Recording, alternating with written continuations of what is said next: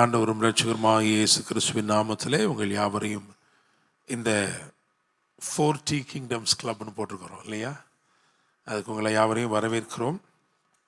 இது என்ன 40 அப்படின்னா the 10-22 கிளப். 10-22 என்ன? 10-22 உபாகமம் 10-22. அதை வாசிங்கன்னா அதில் என்ன போட்டிருக்கு அப்படின்னா, யாராவது ஒருத்தர் வாசிக்கலாமா? உபாகமம் 10-22. உன் பிதாக்கள் 70 பேராய் எகிப்திற்கு போனார்கள். இப்பொழுதோ உன் தேவனாகிய கர்த்தர் உன்னை திரட்சியிலே வானத்தின் நட்சத்திரங்களை போலாக்கினார். ஆமென். So from 70 to infinity, 70 இருந்து எண்ணி முடியாதது, இப்படி ஒரு பெருக்கத்தை ஆண்டவர் ஆபிரகாமுக்குள் வைத்தார். அந்த ஆபிரகாமுக்குள் அந்த பெருக்கத்தை வைத்தபடினால் அவனுடைய சந்ததிகள் என்ன பண்ணிடுச்சு? பெருகிடுச்சு. 70 எண்ணி முடியாதவர்களாய் மாறினார்கள். ஸோ அதை அடிப்படையாக வைத்து ஒரு கிங்டம் கிளப் அதான் இது. நீங்கள்லாம் வந்திருக்கிறீங்க சரியா?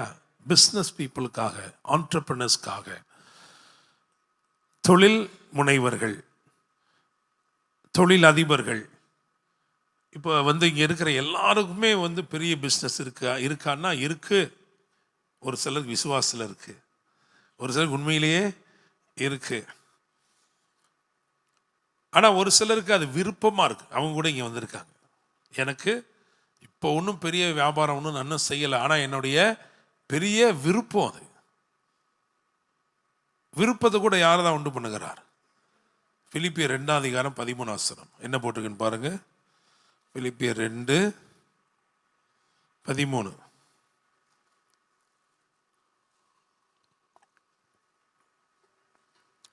ஏனெனில் தேவனே தம்முடைய தயவுள்ள சித்தத்தின்படி விருப்பத்தையும் செய்கையும் உங்களில் உண்டாக்குகிறவராய்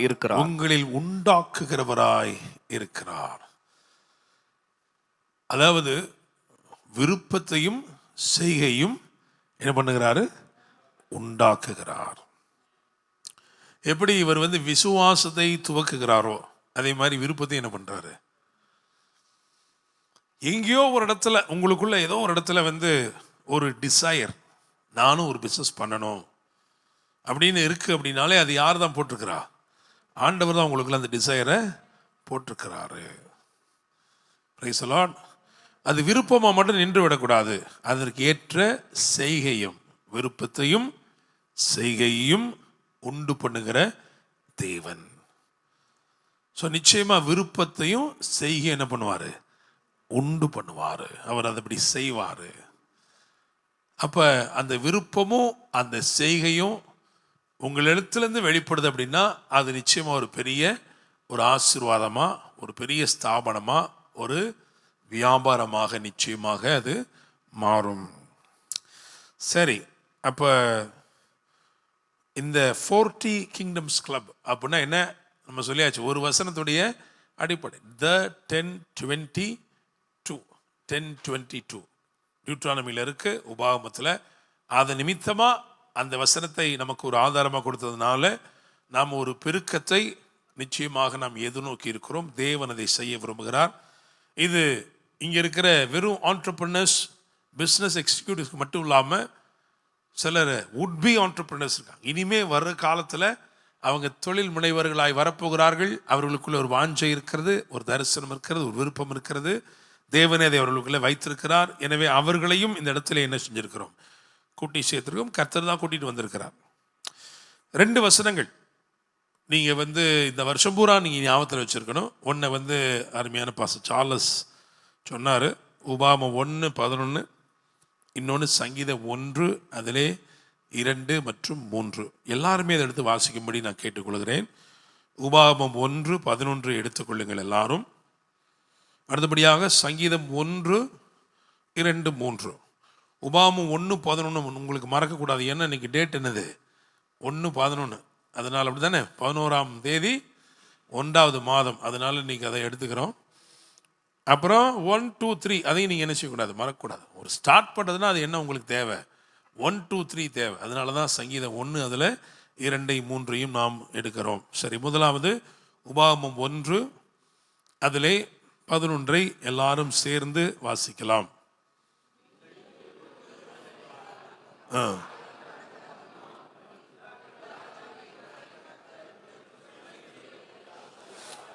ஆமென். இப்பொழுது இருக்கிறதை பார்க்கிலும், இப்பொழுது இருக்கிறத பார்க்க ஒண்ணுமே இல்லைங்க அப்படின்னு இல்லை. அதுக்கு முந்தின வசனம் என்ன போட்டிருக்கு? 10வது வசனம் என்ன போட்டிருக்கு? உங்கள் தேவனாகிய கர்த்தர் உங்களை பெருக பண்ணினார். இதோ இந்நாளில் நீங்கள் வானத்து நட்சத்திரங்களைப் போல திரளாக இருக்கிறீர்கள். ஏற்கனவே திரளாதான் இருக்கிறீங்க. ஆனா என்ன சொல்றாரு? நீங்க இப்ப இருக்கிறத பார்க்கிலும் 1000 மடங்கு அதிகமாகும்படி உங்கள் பிதாக்களின் தேவனாகிய கர்த்தர் சொல்லியபடியே உங்களை ஆசீர்வதிப்பாராக. அல்லேலூயா. அப்ப ஆண்டவர் ஏற்கனவே ஆசீர்வதிச்சிருக்கிறார், இன்னும் ஆசீர்வதிக்கத்தான் விரும்புகிறார். என்னாமோ 24ஆம் அதிகாரத்தில் சொன்னார், இஸ்ரவேலை ஆசீர்வதிப்பதே கர்த்தருக்கு புரிய. அதுக்கு முன்னாடி ஆசீர்வதிக்கலையே, ஆசீர்வதி தான் செஞ்சார். ஆனா இன்னும் அவர் தொடர்ந்து ஆசீர்வதிக்கிறார். அன்பு செலுத்தக்கூடிய ஒரு தாய் அல்லது தன் மகனையோ மகளையோ பாசத்தோடு அரவணைத்துக் கொள்கிற அந்த தகப்பன் கணக்கு போட்டு முத்தம் கொடுப்பதில்லை. அப்படித்தானே? இன்னைக்கு திங்கக்கிழமையா ஒரு முத்தத்தை வைத்துக்கொள், அப்படியா? இல்லை. பாசம் வெளிப்படும் போதெல்லாம் அது என்ன வருது?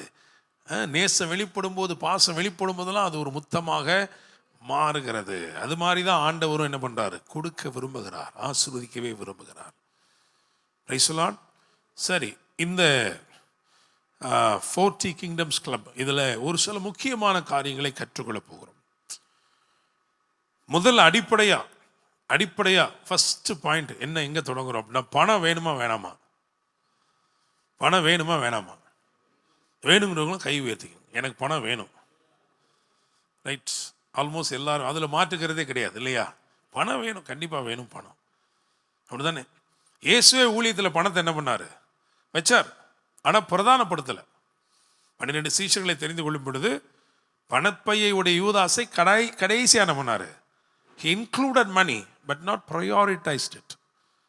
பணம் இருக்கட்டும், ஆனால் அது பிரதானமானது இல்லை. அப்போ பணம் என்பது தேவை என்று எல்லாரும் ஒப்புக்கொண்டீர்கள். பணம் நல்லதா கெட்டதா? பணம் நல்லதா கெட்டதா? நல்லவர்களிடத்தில் இருக்கும் வரைக்கும் அது நல்லது. அப்படிதானங்க? பணம் என்பது என்னது? ஒரு கத்தி மாதிரி. சகோதரி மாட்ட இருந்தபோது அதை வச்சு என்ன பண்ணுவாங்க? வெண்டைக்காய் வெட்டுவாங்க, காய்கறி வெட்டாங்களே செய்வாங்க. ஒரு கொலைகார கையில் இருந்தால் அவன் வச்சு என்ன பண்ணுவான்? அவன் அதை வச்சு வாழைக்காய் வெட்டிட்டு இருக்க மாட்டான். அவன் என்ன பண்ணுவான்? ஆளையே காலி பண்ணிடுவான்.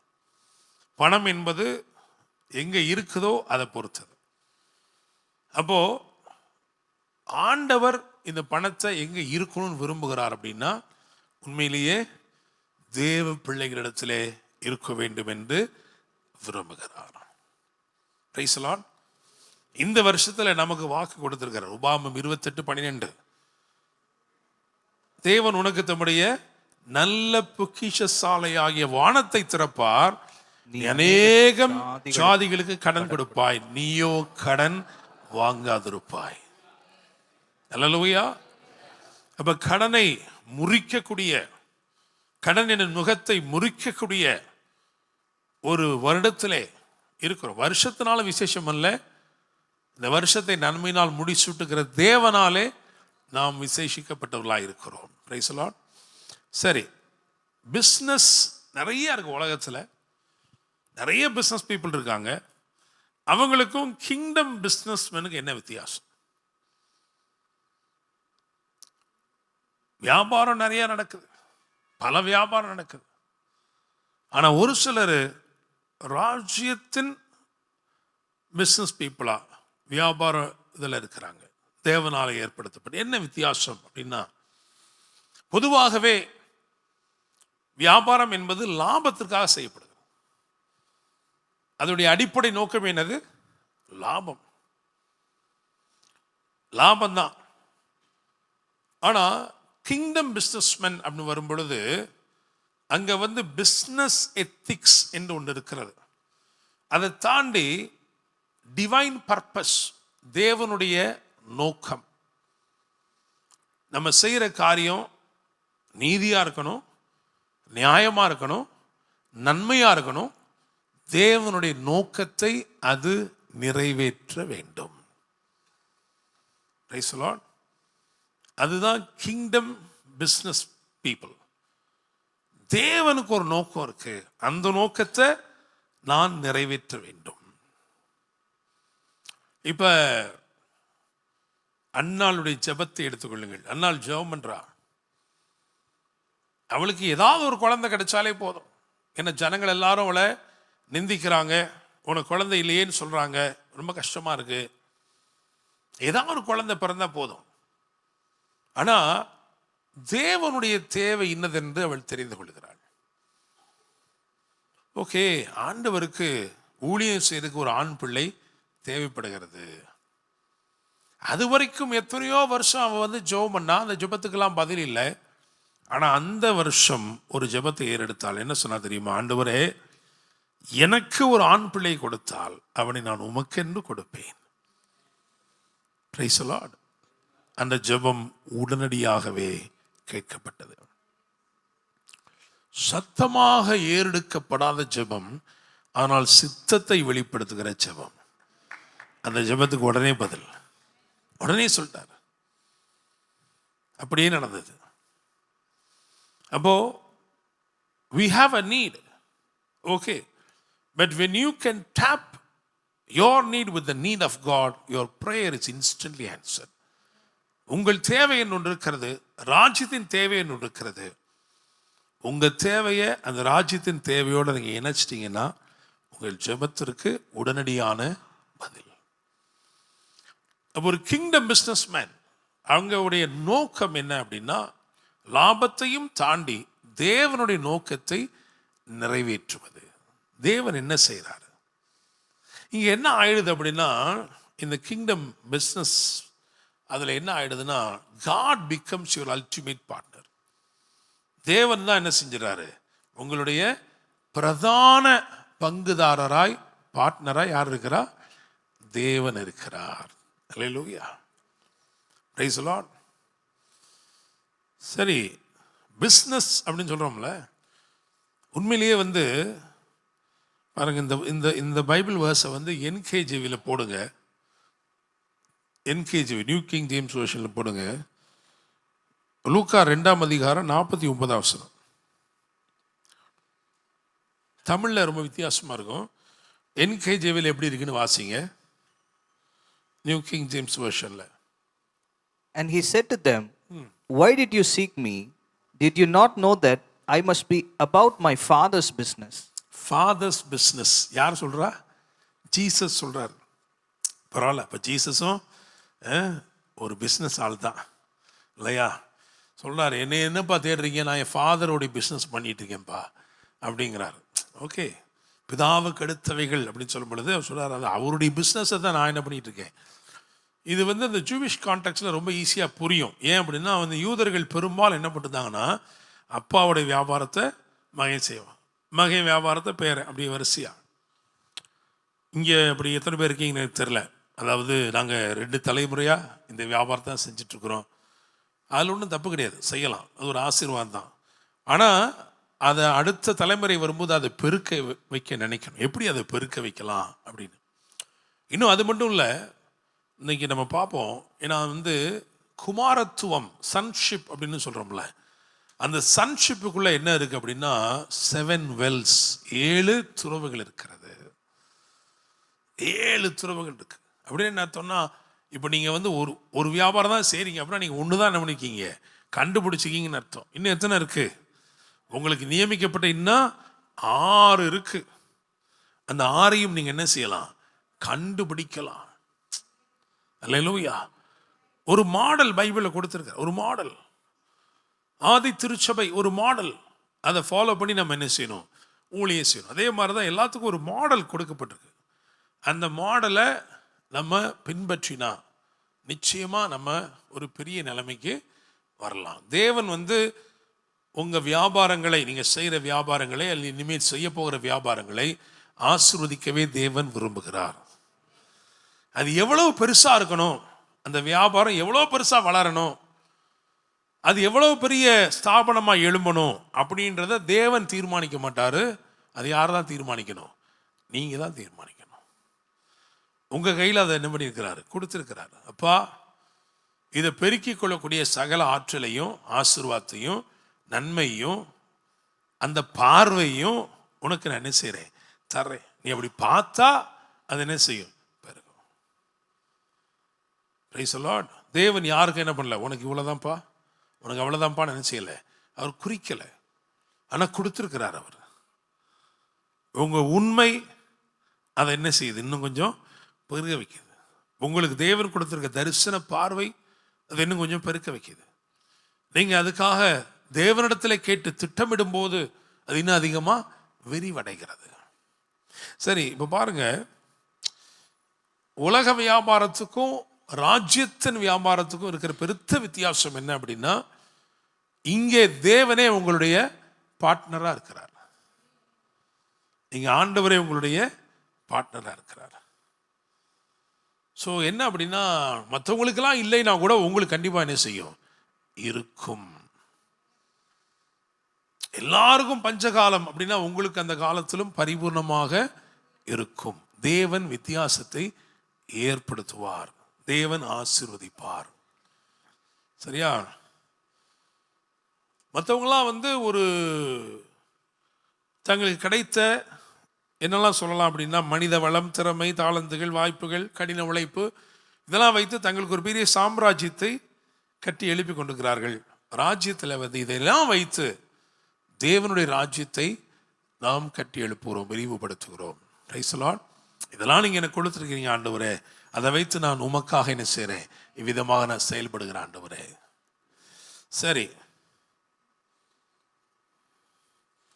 ரொம்ப முக்கியமாக ஒரு சில காரியங்களை நம்ம வேகமாக பார்ப்போம்.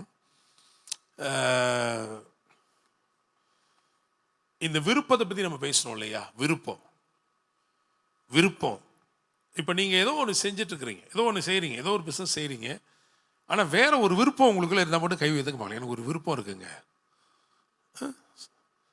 பார்த்தீங்களா எவ்வளோ பேருக்கு இருக்கப்பா? என்னமோ ஒன்று பண்ணிட்டு இருக்கீங்க, ஆனால் உங்களுக்குள்ள இன்னொரு விருப்பம் இருக்கிறது. உங்கள் விருப்பத்தை ஆண்டவர் தான் என்ன பண்ணியிருக்கிறாரு, உங்களுக்குள்ள விதைச்சிருக்கிறார். விருப்பத்தை யார் தான் விதைச்சிருக்கிறா? விருப்பம் மட்டும் இல்லை. இந்த வசனத்தை கொஞ்சம் வாசிங்க. அப்போஸ்தலர் 7:23. அப்போஸ்தலர் 7:23.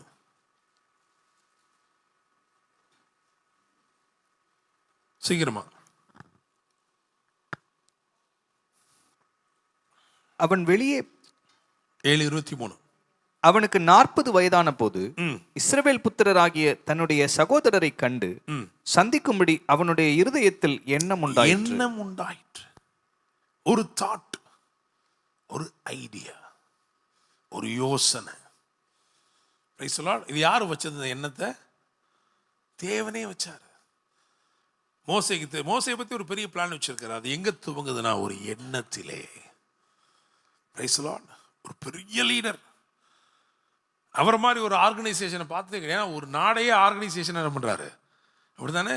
பல லட்சம் காலாட்கள் அவர்களை கூட்டி கொண்டு போகிறார். அவர்களுக்கு தேவையில் சந்திக்கப்படும், சாப்பாடு கொடுக்கிறார், அது பண்றாரு, இது பண்றாரு, எல்லாம் பண்றாரு. அந்த அவ்வளோ பெரிய ஸ்தாபனம் எழும்புவதற்கு காரணம் ஒரு எண்ணம், ஒரு தாட், ஒரு idea. Praise the Lord. Hallelujah. அப்போஸ்தலர் 16:14 16:14 ஆக்ட்ஸ் 16:14. அப்பொழுது தியத்ரா ஊராளும் இரத்தாம்பரம் விற்கிறவளும் தேவனை வணங்குறவளுமாகிய லீதியாள் என்னும் பேருள்ள ஒரு ஸ்திரீ கேட்டுக்கொண்டிருந்தாள். பவுல் சொல்லியவைகளை கவனிக்கும்படி கர்த்தர் அவள் இருதயத்தை திறந்தார். லூக்கா 24:45.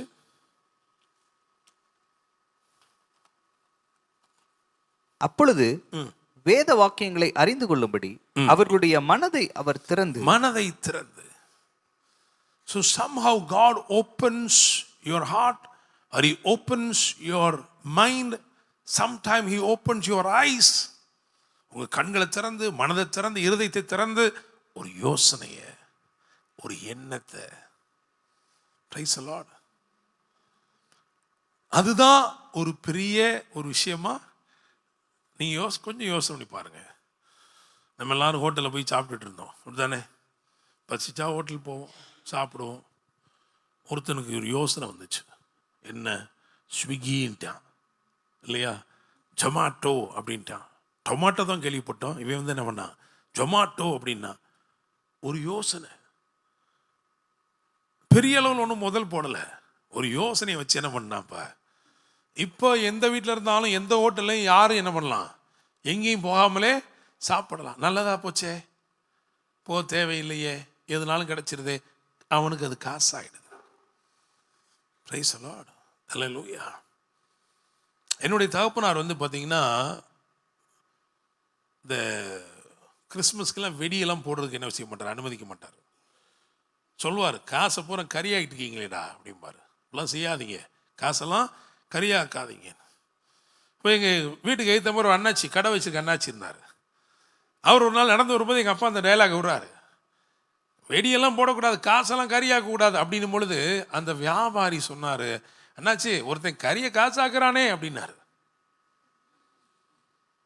நான் யோசிச்சேன், ஆமாம் கரெக்டு, நம்ம காசை கறியாக்கிட்டு இருக்கிறோம், ஆனால் ஒருத்தன் அந்த கறி என்ன பண்ணிட்டு இருக்கிறான், காசாக்கியிருக்கானே.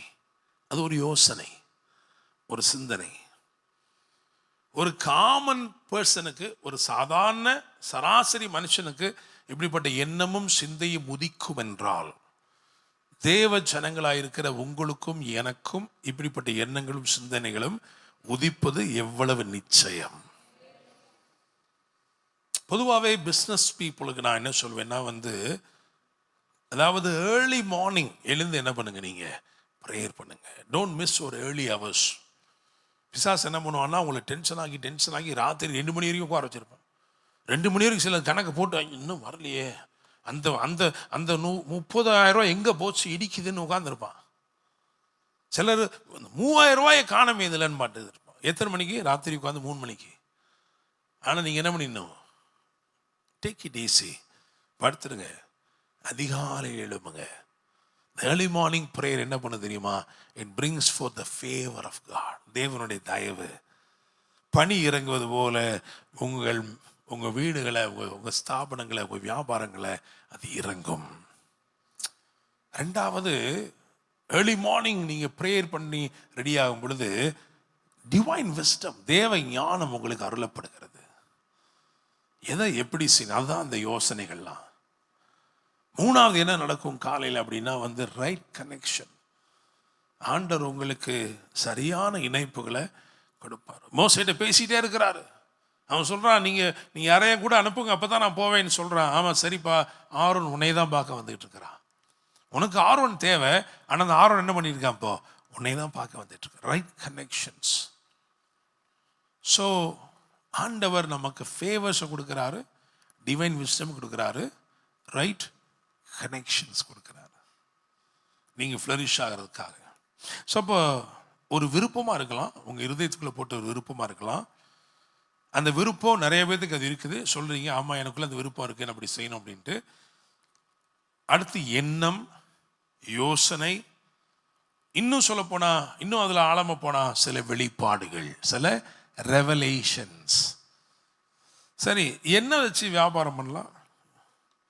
என்ன வியாபாரம்னா என்னங்க வச்சு பண்ணலாம்? மத்தேயு 13:31 பாருங்க, என்ன போட்டிருக்கு? மத்தேயு 13:31. கடுகுலேருந்து ஆரம்பிக்குதுங்க, அப்படித்தானே? கடுகு. வேறொரு ஊமையை அவர்களுக்கு சொன்னார், பரலோக ராஜ்யம் கடுகு விதைக்கு ஒப்பா இருக்கிறது. போதும், கடுகு. நீதிமொழி 31:14.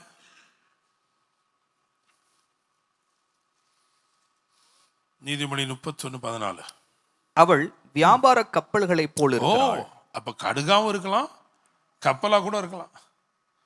உங்க வியாபாரம் எதுவாகவும் இருக்கலாம், அந்த யோசனை என்னவா இருக்கலாம், எதுவாகவும் இருக்கலாம். அடுத்து மத்தேயு 13:33. வேறொரு ஊமையை அவர்களுக்கு சொன்னார், பரலோக ராஜ்யம் புளித்த மாவுக்கு மாவா கூட இருக்கலாம். இப்ப உண்மைதானங்க, யாரோ வந்து யோசிச்சுட்டான்ல.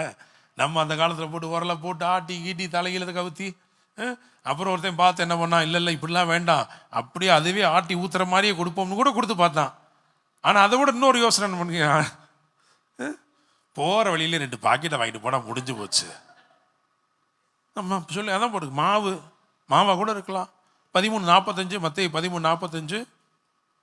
மேலும் பரலோக ராஜ்யம் நல்ல முத்துக்களை தேடுகிற வியாபாரிக்கு ஒப்பாய் ஓ, மாவா இருக்கலாம், முத்தா கூட இருக்கலாம், கடுகா இருக்கலாம், கப்பலா இருக்கலாம், மாவா இருக்கலாம், முத்தா இருக்கலாம், எதுவோ ஒண்ணு. ஆனா அந்த யோசனை எங்கிருந்து வந்திருக்கணும் தெரியுமா? தேவனிடத்துல இருந்து. அல்லேலூயா.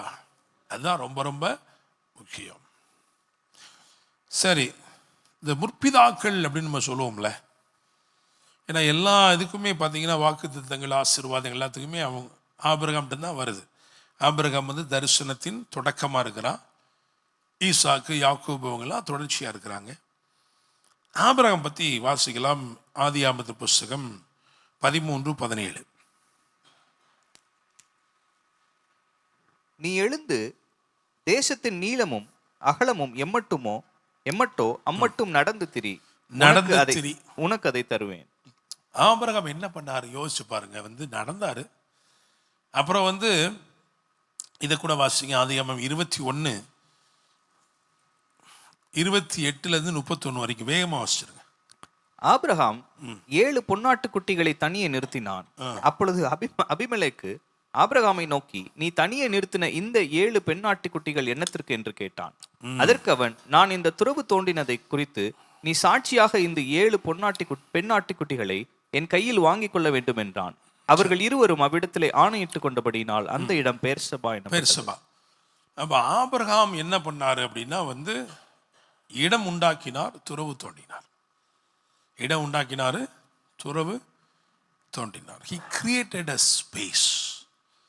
He created space and he created source. ரெண்டு தான் ஆபிரகாமுடைய வேலை. பிஸ்னஸ்ல இந்த ஸ்பேஸ் அப்படிங்கிறமே அதான் கான்செப்ட். அதான் என்னது? ஐடியா. அந்த ஸ்பேஸ் எப்படி இருக்கணும்? உங்களுடையதாக இருக்கணும். அடுத்தவனுடைய எல்லையில் போய் நம்ம பண்ண முடியாது, நம்ம குடிசையை போட முடியாது. So you need to create space and resources. இந்த எண்ணம் இப்போ கிங்டம் பார்ட்னர்ஷிப்பில் என்ன அப்படின்னா, இந்த எண்ணம், இந்த யோசனை, இந்த ஸ்பேஸ், இது யார் கிரியேட் பண்ணுறா? God creates it for you. Praise the Lord. அது மாதிரி அவன் துறவுகளை தோண்டினான் இல்லையா?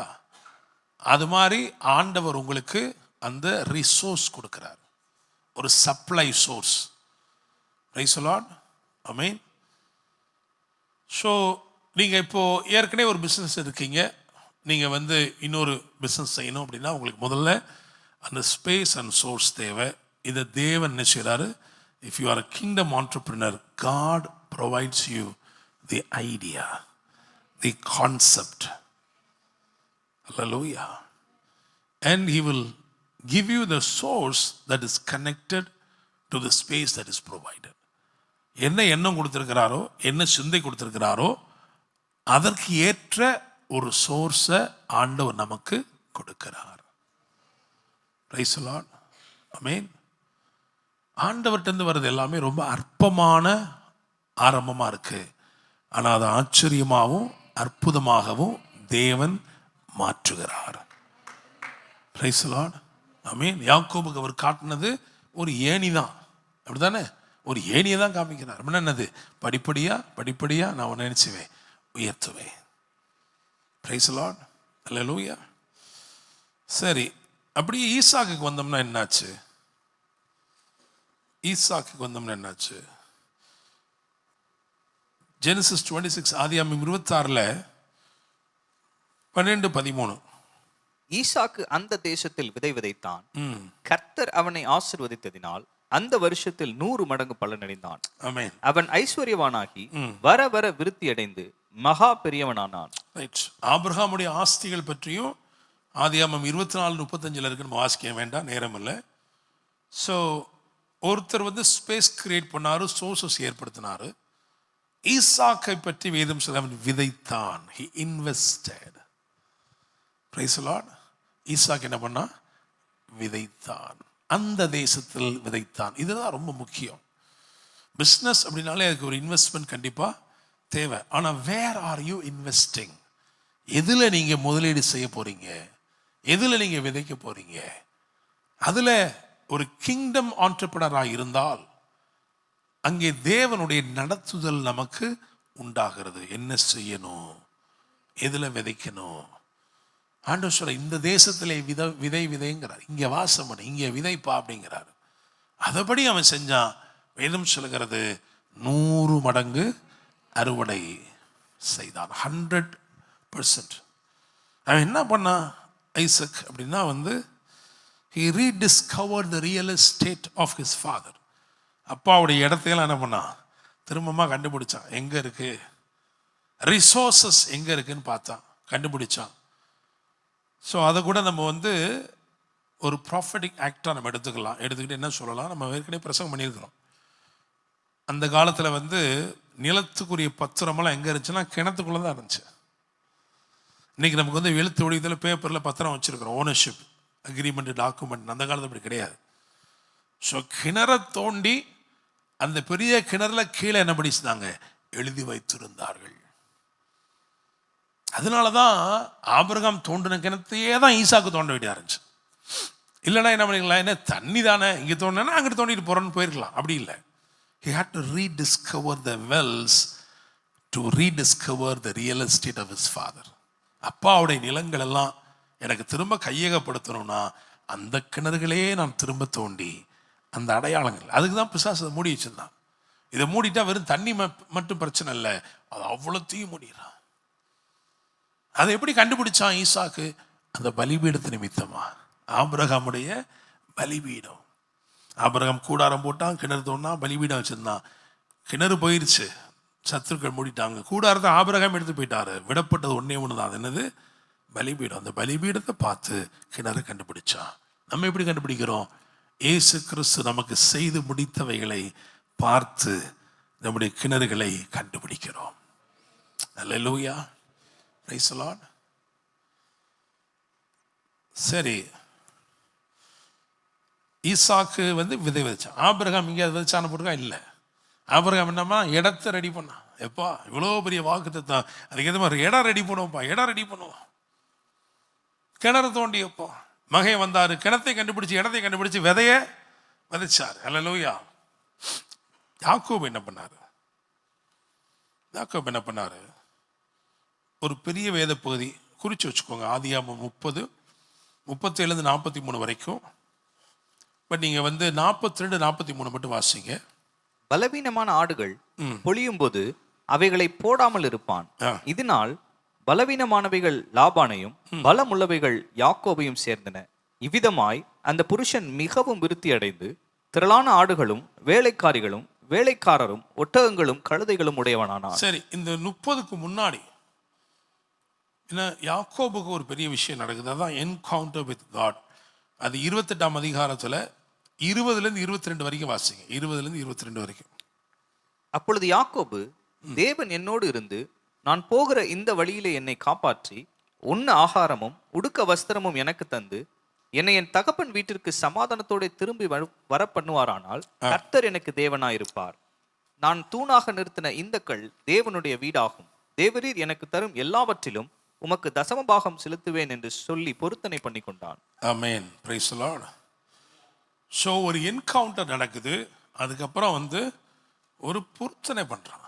என்ன பொருத்தனை பண்ணுறான், ஆண்டவரே நீர் என்னை இப்படிலாம் நடத்துவீர்னா எனக்கு உண்ண உணவு உடுக்க உடை பாதுகாப்பு எல்லாம் கொடுத்து திரும்பி வர பண்ணீங்கன்னா நான் என்ன பண்ணுறேன், உங்களுக்கு தசம பாகத்தை தர்றேன். அது ஒரு பெரிய ஒரு விஷயம் பாருங்க. என்னன்னா ஆபிரகாம் நடந்து நடந்து நடந்து சுதந்திரிச்சான். ஈசாக்கு விதைச்சு சுதந்திரிச்சான். யாக்கோபு சொல்லும் போதே அவனுக்கு என்ன சொல்றான், நீ படுத்திருக்கும் இந்த பூமியை உனக்கு என்ன செய்றேன். ரொம்ப அசால்ட்டா படுத்திருந்தே சுதந்திரிச்சது யாரு, யாக்கோபு. யாக்கோபுக்கு ஒரு காரியத்தை தேவன் அந்த என்கவுண்டர்ல ஒரு காரியம் வெளிப்படுத்தினார். அதாவது தாத்தா கற்றுக் கொடுத்த காரியம். ஏன்னா யாக்கோபுக்கு 15 வயசா இருக்கிற வரைக்கும் ஆபிரகாம் எப்படி இருக்கிறாரு, உயிரோடு இருக்கிறாரு. எபிரேயர் 11 அதிகாரத்தில் ஆபிரகாம் யாக்கோபோடும் ஈசாக்கோடும் கூடாரத்தில் குடியிருந்தான்னு சொல்லப்பட்டிருக்கு.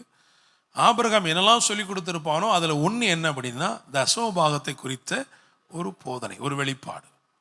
ஏன்னா தசமபாகம் என்று சொல்வது அது நியாயப்பிரமாணத்துக்கு உட்பட்டதல்ல. ஏன்னா மோசே வர்றதுக்கு முன்னாடி என்ன பண்ணியிருக்கு, இருந்திருக்கு. ஸோ ஆபிரகாம் தேவனுடைய சிநேகிதனாக இருந்தபடினால சில விஷயங்கள் அவனுக்கு சொல்லப்பட்டது. ஆண்டவர் அவனுக்கு சொல்லி கொடுத்தாரு. அந்த சில விஷயங்களை அவன் யாக்கோபுக்கு என்ன பண்ணியிருக்கிறான், சொல்லி கொடுத்துருக்கிறான். பாஸ்டர் அதெல்லாம் பழைய ஏற்பாட்டில் தானே, புதிய ஏற்பாட்டில் அப்படிலாம். புதிய ஏற்பாட்டுடையதே வித்தியாசமானது. அதை சொன்னால் பாதி பேர் என்ன பண்ணிடுவான், அப்போ நான் வீட்டிலேயே என்ன பண்ணிடுறேன், நான் ஆன்லைன் சர்ச்சில் இருந்துக்கிறேன், அப்படி தானே.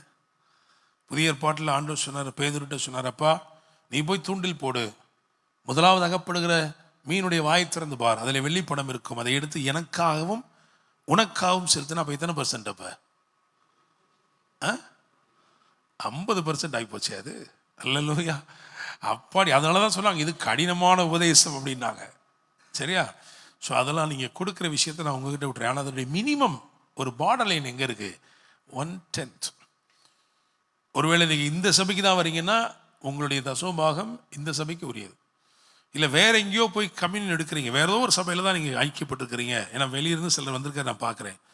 நீங்கள் எந்த சபையில் போய் கம்யூனியன் எடுக்கிறீங்களோ அந்த சபையில் எங்கே ஐக்கியப்பட்டுக்கிறீங்களோ அந்த சபைக்கு உரியது தான் உங்களுடைய தசம பாகம். அதை கொண்டு போய் என்ன பண்ணக்கூடாது, மாற்றி கொண்டு வந்து வேற எங்கேயும் நினச்சி கொடுக்கக்கூடாது. இது தேவனோட நியதி. அதை தவிர நான் நிறைய ஊழியங்களுக்கு சப்போர்ட் பண்ணுறேன், உதவி செய்கிறேன், அதெல்லாம் செய்யலாம், ஒன்றும் பிரச்சனை இல்லை. ஆனால் தேவனுடைய நீதி என்னது அடிப்படையாக இங்கே என்ன நடக்குது அப்படின்னா, யாக்கோபுக்கு ஒரு plan, a plan to prosper was revealed. சொல்கிறார் ஆண்டவர் ஆபிரகாமுக்கு, அப்பா இவனுக்கு யாக்கோபுக்கு, லாபான் செய்கிறதெல்லாம் நான் பார்த்துட்டே இருக்கேன், உன் சம்பளத்தை 10 முறை என்ன பண்ணிட்டாவே மாற்றிட்டான், இப்படின்னா அப்படிங்கிறான் 10 முறை மாற்றிட்டான். ஆனால் நான் உனக்கு ஒன்று செய்ய போகிறேன், நான் உனக்கு ஒரு ஐடியா சொல்கிறேன், ஒரு திட்டம் சொல்கிறேன், இதன்படி நீ செயல்பட்டால் பலமுள்ளவைகள் எல்லாம் உனக்கு வந்துடும். அல்லேலூயா. நீங்கள் உங்களை அதிகமாக பெருக வைக்க தேவனிடத்தில் சில திட்டங்கள் உண்டு. சயின்டிஃபிக்கான திட்டம் இது. அவன் சயின்டிஃபிக்காக அவனுக்கு சொன்னார், அவன் பண்ணான், அப்படியே நடந்துருச்சு. ஆண்டவர் உங்களையும் அவிதமாக பெருக வைக்க வல்லவராக இருக்கிறார். யோசேப்புக்கு வந்தீங்கன்னா சும்மா குறித்து வச்சுக்கோங்க. ஆதியாகமம் 41, 38, 39 அங்கே என்ன இருக்குது அப்படின்னா, he was able to stock things and release according to the demand. இவனுக்கு என்ன விசேஷம்னா ஞானம். ஆபிரகாமுக்கு எப்படி விசுவாசம் இருந்ததோ, ஈசாக்குக்கு எப்படி தேவன் அவனுக்கு அந்த பயபக்தி நிமித்தமாய் அர்ப்பணத்து நிமித்தமாய் அவனை ஆசீர்வதித்தாரோ, அதே மாதிரி இவனுக்கு ஞானம், யோசேப்புக்கு ஞானம். நீங்க அந்த வசனத்தை பார்த்தீங்கன்னா 38, 39 ரெண்டையும் டக்குன்னு வாசிங்க. அப்பொழுது பார்வோன் தன் ஊழியக்காரரை நோக்கி, தேவ ஆவியை பெற்ற இந்த மனுஷனை போல வேறொருவன் உண்டோ என்றான். பின்பு பார்வோன் யோசேப்பை நோக்கி, தேவன் இவைகள் எல்லாவற்றையும் உனக்கு வெளிப்படுத்தி இருக்கிறபடியால் உன்னை போல விவேகமும் ஞானமும் உள்ளவன் வேறொருவனும் இல்லை. போதும். அப்ப ஞானம், விவேகம், அது நிமித்தமா அவன் என்ன பண்றான்னா பரிபூர்ண காலத்திலே சிலவற்றை ஸ்டாக் பண்றான். எல்லாத்தையும் ஸ்டாக் பண்ணிட்டு அதுக்கப்புறம் டிமாண்ட் வரும் பொழுது அதை ரிலீஸ் பண்ணுறான். அது ஒரு ஞானம். எனக்கு தெரிஞ்ச ஒருத்தர் இருக்கிறார், அவர் ஒன்றுமே தெரியாதவர், ஆனால் இன்னைக்கு ஒரு பெரிய உலகளவில் பெரிய ஒரு வியாபாரத்தில் ஆண்டவர் வச்சிருக்கிறார். One of my spiritual sons. அவருக்கு ஒரு ஞானம் என்னென்னா, ஒரு மாதிரி அவர் செய்து வெங்காயத்தை எவ்வளோ நாளாலும் கெட்டு போகாமல் இருக்கிற மாதிரி பண்ணியிருக்கிறார். அப்போ அதோடைய டிமாண்ட் இன்டர்நேஷ்னல் மார்க்கெட்டில் கூடும்போது அதை அவங்க என்ன பண்ணுறாங்க, எக்ஸ்போர்ட் பண்ணுறாங்க. சாதாரணமாக ஒரு வெங்காயம்னா 10 நாளுக்குள்ளே என்ன பண்ணிடும், கெட்டு போயிடும். ஆனால் இது கெட்டே போகாது, அப்படி வச்சுருக்கிறாங்க. பம்பரை மாதிரி ஒவ்வொன்றையும் தலையில கவுத்தி வரும் அப்படி வச்சுருப்பாங்க.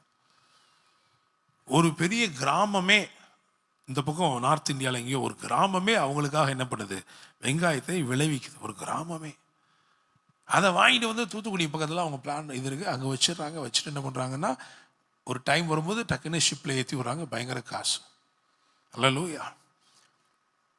ஒரு சாதாரண நிலைமையிலிருந்து ஒருத்தரை பெரிய அளவில் உயர்த்த முடியும்னா அப்படி என்கிட்ட நிறைய உதாரணங்கள் இருக்குது. ஒரு சிலருக்கு நான் போய் ப்ராஃபிட்டிக்கலாக அவங்களுக்கு சொல்லும்பொழுது அவங்க ஒன்றுமே கிடையாது அவங்களுக்கு. பட் இன்னைக்கு பெரும் முதலாளிகளாக தேவன் அவர்களை உயர்த்தி வைத்திருக்கிறார். Price the Lord. நம்ம சொன்னதுனால கிடையாது, தேவன் அவர்களை நேசித்தபடினால், அவங்களுக்குள்ள இருக்கிற விசேஷங்களை அவங்க கண்டுகொண்டபடினால், ஐடென்டிஃபை பண்ணபடினால். Praise the Lord. சரி, குயிக்காக தி பிரின்சிபல்ஸ் ஆஃப் இன்க்ரீஸ். ஆதியாகமம் 2:5. நிலத்தினுடைய சகலவித செடிகளும் ம், பூமியின் மேல் இன்னும் உண்டாகவில்லை. ம். நிலத்தினுடைய சகலவித பூண்டுகளும் இன்னும் முளைக்கவில்லை. ஏனெனில் தேவனாகிய கர்த்தர் பூமியின் மேல் இன்னும் மழையை பெய்ய பண்ணவில்லை. நிலத்தை பண்படுத்த மனுஷனும் இருந்ததில்லை. மழையும் இல்லை, மனுஷனும் இல்லை, எனவே பெருக்கம் இல்லை. விதையெல்லாம் எப்படி இருக்கு? விதையாவே தான் இருக்கு. எதுவுமே என்ன செய்யல. There was no increase because there was no man. There was no rain. அப்ப தேவன் ஒரு பெருக்கம் வேண்டும் என்றால் என்ன எதிர்பார்க்கிறார்னா, அங்கே பண்படுத்தக்கூடிய ஒரு மனிதன் தேவை. 2:15 பார்த்தீங்க, வாசிங்க. 2:15 என்ன போட்டிருக்கு? தேவனாகிய கர்த்தர் ஆ. மனுஷனை ஏதேன் தோட்டத்தில் அழைத்து கொண்டு வந்து ஆ, அதை பண்படுத்தவும் காக்கவும் வைத்தார். அதை பண்படுத்தவும் காக்கவும் வைத்தார். பண்படுத்த வேண்டும், பாதுகாக்க வேண்டும், அப்புறம் ஆண்டவர் படைத்தவைகளை பேரிட வேண்டும். இதான் பிரதானமா ஆதாமுக்கு கொடுக்கப்பட்ட வேலை. அப்போ பொறுப்பெடுக்கக்கூடிய ஒருவன் வரவில்லை என்றால் பெருக்கமே இருப்பதில்லை. இப்போ உங்களுடைய பிஸ்னஸ் பயங்கரமா வளரணும் அப்படின்னா first there must be somebody who is willing to take responsibility for everything. அது லாஸாக இருக்கட்டும், அது ஃபெயிலியராக இருக்கட்டும், இன்னைக்கு சரியா வரலையா, எதுவாக இருந்தாலும் அது அத்தனையும் பொறுப்பெடுக்கக்கூடிய ஒரு ஆள் தேவை. ஏதேன் தோட்டத்தில் மனுஷன் ஆளுகை இழந்து போனதுக்கு காரணம் என்னன்னா, தான் செய்த பாவத்துக்கு தான் பேர் என்ன செய்யல, பொறுப்பு எடுக்கவில்லை. இப்போ சபையில் வந்து ஒரு நாள் ஒமானில், நான் மஸ்கட்டில் இருக்கும் பொழுது ஒரு காலகட்டத்தில் இன்னைக்கு ட்ரையாக இருந்துச்சு அப்படின்னா நான் உடனே வந்து என்ன சொல்லுவேன்னா, வந்து பாரு மியூசிக் வாசிக்கிறாங்க பாரு, ஒரு ஜெபமும் கிடையாது, ஒரு பிரதிஷ்டையும் கிடையாது, ஒன்றும் கிடையாது, சும்மா வந்து என்ன பண்ணிடுறது, நின்ற வேண்டியது. மைக்கு வைக்கிறான் பாரு, என்ன மைக்கு வைக்கிறான் பாரு, இவெல்லாம் போய் மைக்கு வச்சா அப்படி தான் இருக்கும். வரிசையாக ஒவ்வொரு நாளும் சொல்லிட்டே இருப்போம். ஒரு நாள் ஆண்டவர் என்கிட்ட சொன்னார், நீ ஏன் பொறுப்பெடுக்க மாட்டேங்கிறேன்னு கேட்டார். நீ ஏன் பொறுப்பெடுக்க மாட்டேங்கிற? ஒரு ட்ரெயின் போய் ஆக்சிடென்ட் ஆயிடுச்சு. உடனே என்ன சொல்கிறோம், ரயில்வே மந்திரி உங்களுக்கு நீங்கள் தான் என்ன பண்ணணும், ராஜினாமா பண்ணணும். அவரா ஓட்டிட்டு போனார்? இல்லை.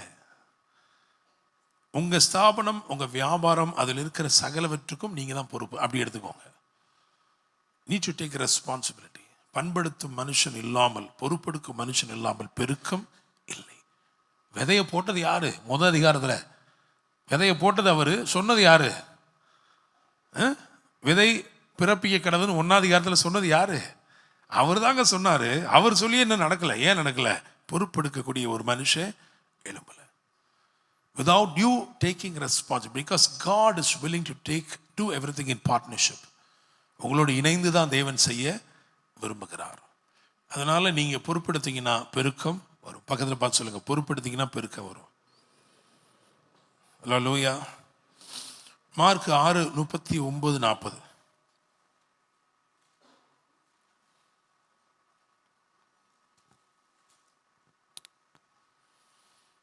அப்பொழுது எல்லோரையும் பசும்புல்லின் மேல் பந்தியாக உட்கார வைக்கும்படி அவர்களுக்கு கட்டளையிட்டார். அப்படியே வரிசை வரிசையாய் 100 பேராகவும் 50 பேராகவும் உட்கார்ந்தார்கள். வரிசைப்படுத்தினால் பெருக்கம் நிச்சயம். அப்படித்தானே? அப்ப எல்லாத்தையும் நம்ம எப்படி ஆர்கனைஸ் பண்றதுன்னு பார்க்கணும். ஒரு கான்செப்ட், ஐடியா ஆண்டோடு வாங்கிக்கிறோம், அதை செயல்படுத்துகிறோம், அது மட்டும் இல்லை, அடுத்தபடியா வந்து அதை எவ்வளவு வரிசைப்படுத்துகிறோம். You make things in order and it will automatically multiply. என் கூட இருக்கவங்களுக்கு தெரியும், யாருக்கோ ஒருத்தவங்களுக்கு இப்போ ஒரு ஊழியக்காரங்க வந்திருக்காங்க, அந்த ஊழியக்காரங்களுக்கு ஒரு 1 லட்ச ரூபா ஆஃபரிங் கொடுக்க போகிறோம், 50,000 ரூபா ஆஃபரிங் கொடுக்க போகிறோம், ஏதோ ஒன்று கொடுக்க போகிறோம் அப்படின்னா அது என் கைக்கு வந்துருச்சுன்னு வச்சுக்கோங்க. அதை நான் கரெக்டாக என்ன பண்ணுவேன் தெரியுமா? ஒரே ஆர்டரில் எண்ணுவேன். ரூபா தலையில் இருந்தாலும் ரூபா தானே, அப்படி தானே? 500 ரூபா தலையில் வச்சாலும் அது மதிப்பு குறைஞ்சி போயிடுதா என்ன? இல்லை. ஆனால் கூட there is something in it. When you keep everything in order, it automatically increases. Praise the Lord. ஏன் அப்படின்னா, it is a God quality. God is a God of order. தேவன் சகலவற்றையும் ஒழுங்காக கர்மமாக செய்கிற தேவன். Praise the Lord. Amen. So இந்த principal of increase, அது ரொம்ப முக்கியமானது.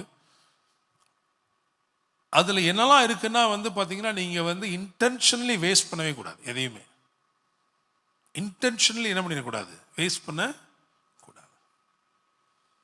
நீங்கள் எதை வேஸ்ட் பண்ணுறீங்களோ அது உங்கள் வாழ்க்கையில் பெருகவே, இன்க்ளூடிங் டைம். நீங்கள் நினச்ச மாதிரி நேரத்தை வேஸ்ட் பண்ணிட்டீங்கன்னா அந்த நேரம் உங்கள் வாழ்க்கையில் அப்புறம் ஆசீர்வாதமாக பெருகவே பெருகாது. ஸோ எதையெல்லாம் நீங்கள் வரிசைப்படுத்த வேண்டுமோ அவைகளெல்லாம் வரிசைப்படுத்துங்கள். ஸோ ஏன்னா பெருக்கத்துக்கு அது ரொம்ப தேவை. ரெண்டாவது 2 கொரிந்தியர் 9, மூணாவது 2 கொரிந்தியர் 9 அதில் 10 மற்றும் 6. விதைக்கிறவனுக்கு விதையையும் புசிக்கிறதற்கு ஆகாரத்தையும் அளிக்கிறவர் உங்களுக்கு விதையை அளித்து அதை பெருக பண்ணி உங்கள் நீதியின் விளைச்சலை வர்த்திக்க செய்வார். பின்னும் நான் சொல்லுகிறது என்னவெனில், சிறுக விதைக்கிறவன் சிறுக அறுப்பான், பெருக விதைக்கிறவன் பெருக அறுப்பான். ஓகே, 1 கொரிந்தியர் 15, 37, 38 பார்த்தீங்கன்னா அங்கே விதை வேற ஒரு மேனியோட வருதுன்னு போட்டிருக்கு. அப்படிதானே? இப்போ நம்ம விதைக்கிறது அப்படின்னா உடனே நம்ம அது மணியாக மட்டும் தான் யோசிக்காதீங்க. பாஸ்ட் கிவிங்கை பற்றி பேசுகிறார் அப்படின்னு நினைக்காதீங்க. இப்படி யோசிச்சு பாருங்க. கவலை வச்சுக்கிறோம். கவலை, இந்த கவலையாக கையில் வச்சுக்கலாம், இல்லைன்னா அதை சாப்பிட்டுடலாம், உங்களுக்குள்ளே போட்டலாம். உங்களுக்குள்ளே போட்டால் என்ன ஆகும்? உங்களை ஒடுக்கும் தானே. கவலை அதை உடையவர்களை ஒடுக்கும். அப்படி இல்லாமல் அதை கொண்டு போய் ஆண்டுடைய சமூகத்தில் விதைச்சிங்கன்னா கவலையாக அது முளைச்சி வராது, கழிப்பாக அது முளைத்து வரும். கிறிஸ்தவமே, நம்முடைய விசுவாசமே உயிர்த்தெழுதலின் அடிப்படையில் இருக்கு. அப்படித்தானே? ஏசு கிறிஸ்து உயிரோடு எழும்பவில்லை என்றால் நம்முடைய பிரசங்கமும் விருதா, விசுவாசமும் விருதா. உயிர்த்தெழுதல் அந்த நம்பிக்கையில் தான் நம்முடைய எல்லாமே இருக்கு. ஆண்டவர் சொல்லி கொடுத்துருக்கிறார், அப்பா விதைக்கணும், விதைச்சா அது விதைத்த மேனியோடு வராமல் வேறொரு மேனியோடு அது என்ன செய்யுது வருது. அப்போ பெருக்கம் அப்படின்னு வரும் பொழுது அதோடைய பிரின்சிபல் அதில் ஒன்று என்னன்னா, you so and so you will ரீப். நீ ஒன்றை போட்டேன்னா 1000 அது என்ன செய்யும், பெருகும். Price the Lord. அப்போ தேவன் கொடுத்துருக்கிற டைம் அதை இன்வெஸ்ட் பண்ணிங்கன்னா அது பெருகும். ஆண்டவர் கொடுத்துருக்கிற ஒரு யோசனை அதை வச்சிங்கன்னா பெருகும். இந்த சிஸ்டம் எல்லாத்துலேயுமே இருக்கு. பிதாவாகிய தேவன் ஒரே ஒரு குமாரனை விதைத்து அநேகம் குமாரர்களை குமாரத்திகளை மகிமையில் கொண்டு சேர்க்கிறார்.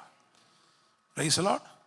ஆபிரகாமை இந்த பிரின்சிபல் ஆப்ரேட் பண்ண சொன்னதுனால தான் ஈசாக்கு விதைக்க சொல்றார். என்னாண்டவரை, இவன் தான் சீட் ஆஃப் த ப்ராமிஸ், வாக்கு எனக்கு திரட்சி வாக்குப்படப்பட்டிருக்கு, அதுக்கெல்லாம் இவன் தான் காரணம் அப்படின்னா, இல்லைப்பா இருக்கட்டும்ப்பா, அதில் முதற் பலனாக இருக்கிற அவனை கொண்டு என்ன பண்ணு, விதைச்சிரு. Price the Lord. ஆமென்.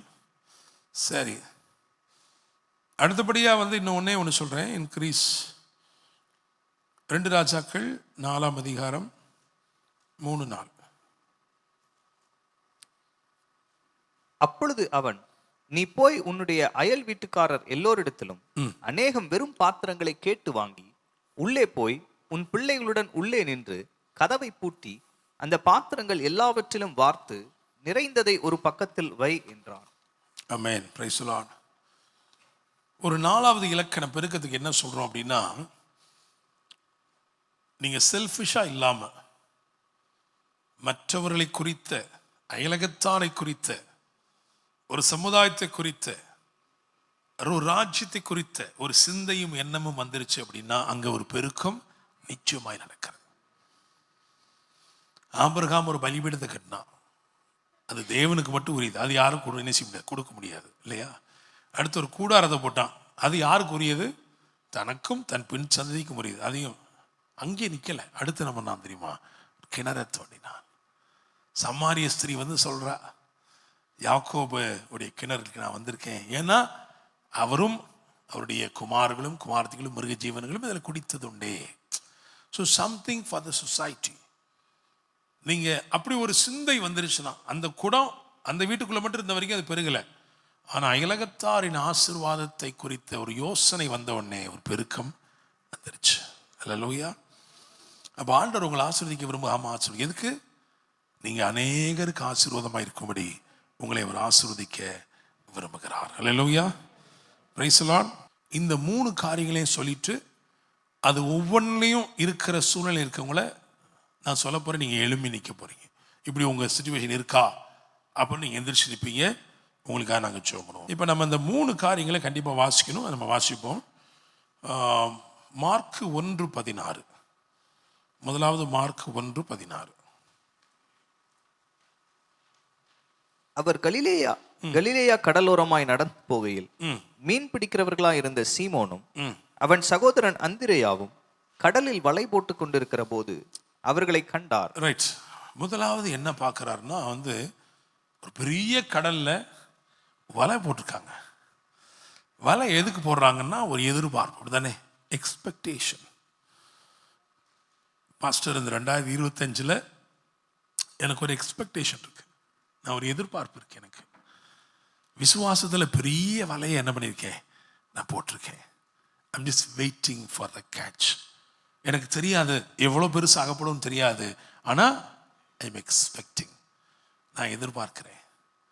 இதுதான் முதல் தரப்பினர். 2வது தரப்பினர் மார்க் 1:19. அவர் அவ்விடம் விட்டு சற்று அப்புறம் போனபோது செபுதேவின் குமாரன் யாக்கோபும் அவன் சகோதரன் யோவானும் படவிலே வலைகளை பழுது பார்த்து கொண்டிருக்கிறதை கண்டு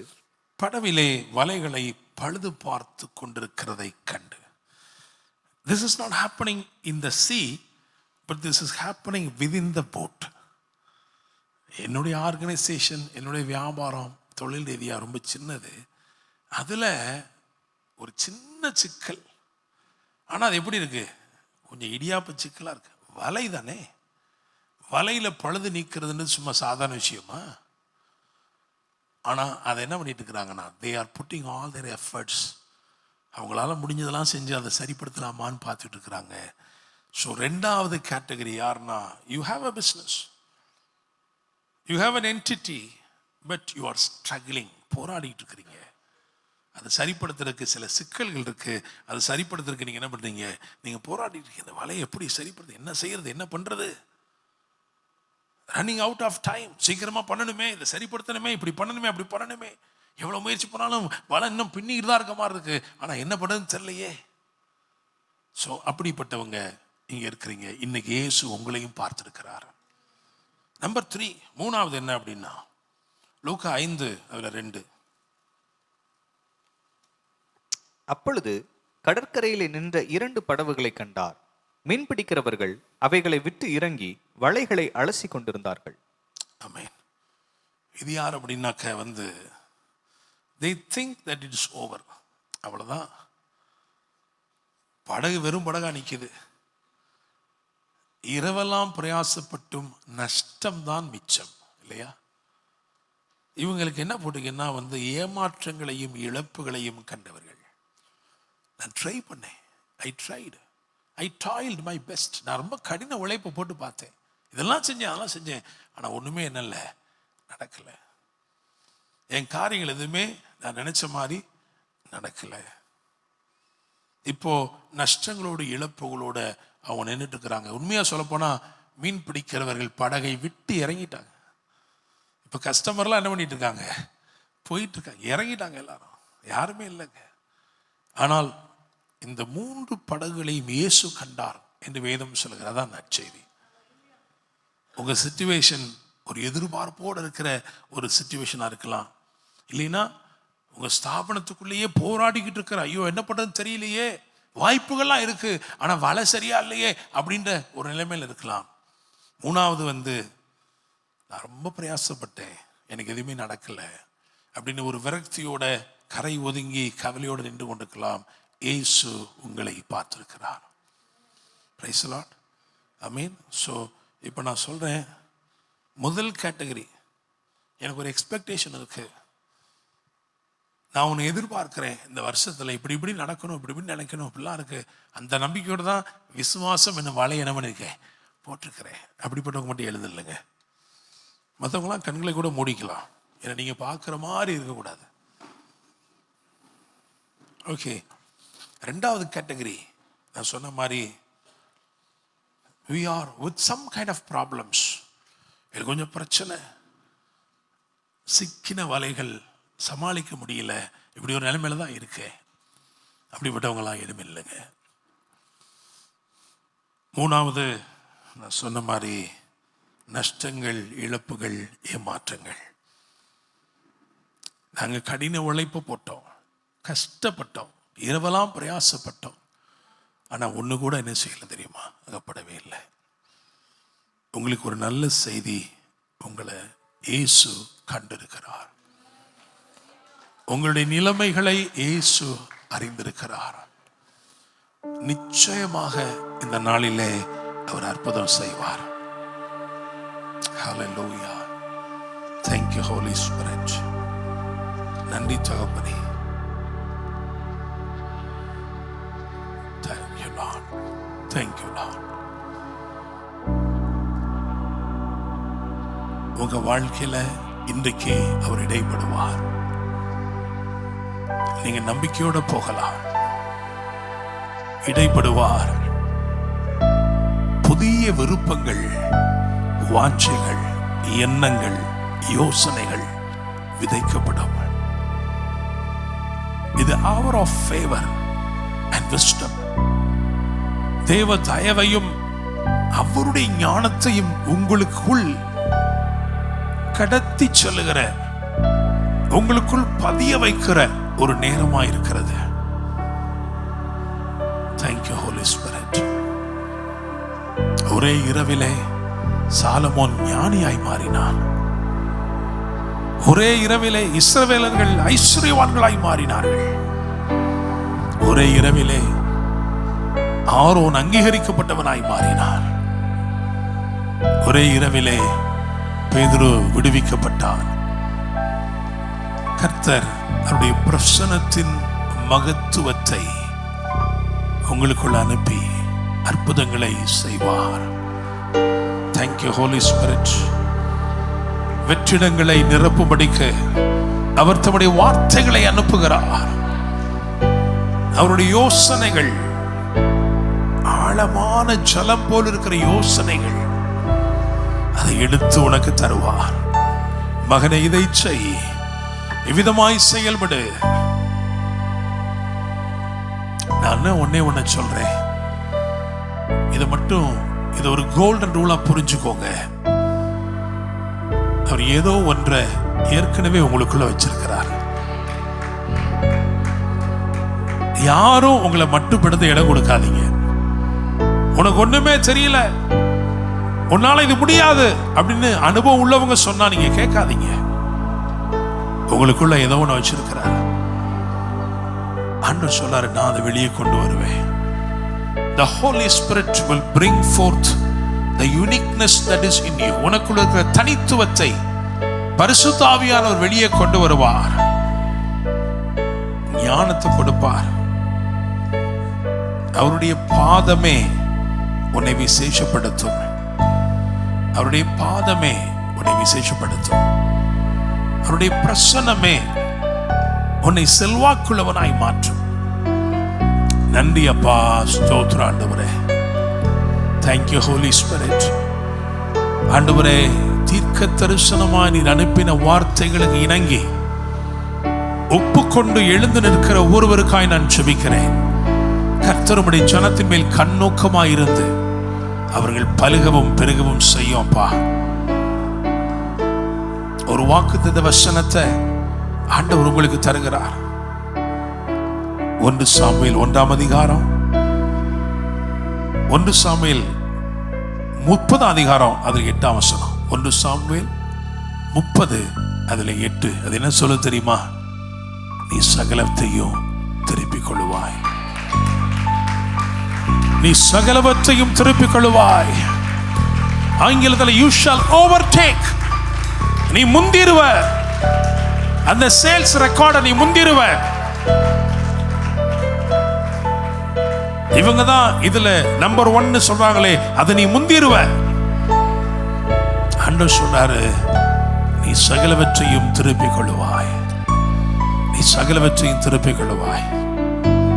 பரலோக தேவனே, 1 சாமுவேல் 30:8 அதை நீர் வாக்குத்தத்தமாய் கொடுத்து நீ முந்திக் கொள்ளுவாய், நீ சகலவற்றையும் திருப்பிக் கொள்ளுவாய் என்ற ஆசீர்வாதத்தோட நீ ஜனங்களை அனுப்புகிறீரப்பா. தகப்பனே, புதிய எண்ணங்கள், புதிய யோசனைகள் விளையட்டும். கர்த்தர் மகிமைப்படுவீராக. ஆசீர்வதியும் ஆண்டவரே. அடுத்த முறை நாங்கள் சந்திக்கும் போது ஒரு சில சாட்சிகளை நாங்கள் கேட்கும்படி அனுக்கிரகம் பண்ணுங்க. அற்பமானவைகளை ஆச்சரியமானவைகளாய் மாற்றுங்க. இயேசுவின் நாமத்தில் ஜெபிக்கிறோம். ஜெபம் கேளும் ஜீவனுள்ள நல்ல தகப்பனே, ஆமென். என் ஆத்துமாவே கர்த்தரை ஸ்தோத்திரி, என் முழுமே பரிசுத்த நாமத்தை ஸ்தோத்திரி. என் ஆத்துமாவே கர்த்தரை ஸ்தோத்திரி, கர்த்தர் செய்த சகல உபகாரங்களை மறவாதே. ஆமென். நம்முடைய கர்த்தராயிருக்கிற இயேசு கிறிஸ்துவின் கிருபையும் பிதாவாகிய தேவனுடைய அன்பும் பரிசுத்த ஆவியானவருடைய அந்யோன்ய ஐக்கியமும் சமாதானமும் ஆசீர்வாதமும் பாதுகாவலும் வழி நடத்தலும் நம் அனைவரோடும் கூட இன்னும் இன்னும் சதா காலங்களிலும் தங்கியிருப்பதாக. ஆமென். அல்லேலூயா.